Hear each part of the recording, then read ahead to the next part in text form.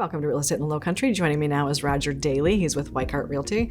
And it's good to see you. It's been a little while since we've seen you. Welcome back. Thank you. Yeah, I know big things kind of happening in your personal life. Going to have a little baby girl here in September, so that's very exciting. Congratulations. Very excited. Thank you. Yeah, and so, but also things are very exciting in the real estate market right now. So let's talk a little bit about that. I know you have some tips on investors and different kinds of investors, whether they're part-time and then kind of investing or if they're true investors. Tell us what you're seeing in the market right now. Well, we got Memorial Day weekend coming up, so we're going to have a lot of guests here in the Lowcountry and on the island for the next few months. So, more visitors equal more potential buyers, and some of those guests may find it that they want to buy a property down here after staying for a week or so. Right.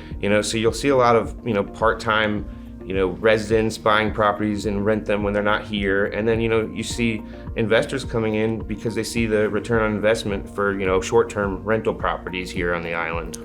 Yeah.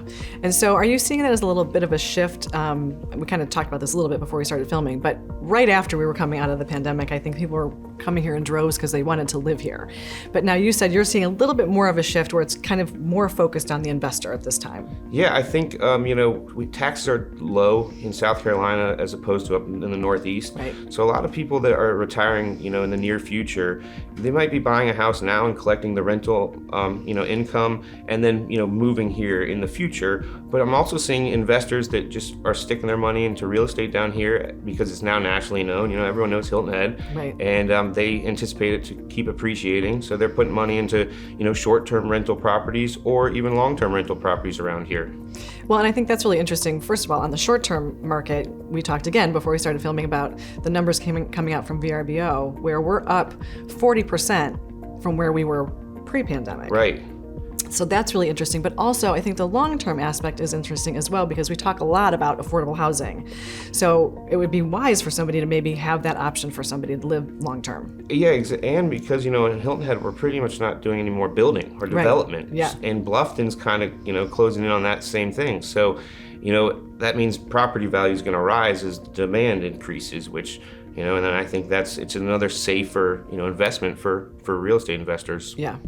So I know we want to get to some listings that you have too, though. Sure. So that's exciting. Let's talk about those. Yep. So I got one listing over in Sea Pines, one Indigo Lane. It's actually, speaking of rentals, that's pulling some crazy rental numbers. Has some rental projections in the six figures. Wow. Sea Pines is a desirable place, and it's very close to the front and the back gate.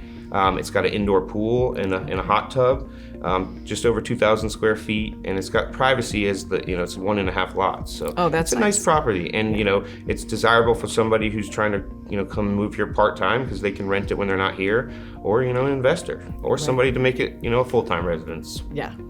So, and that really, obviously a lot of people want to be in Sea Pines, so I'm sure that's not going to stay on the market for very long. Yep. Make sure you're giving Roger a call if you want to see that one.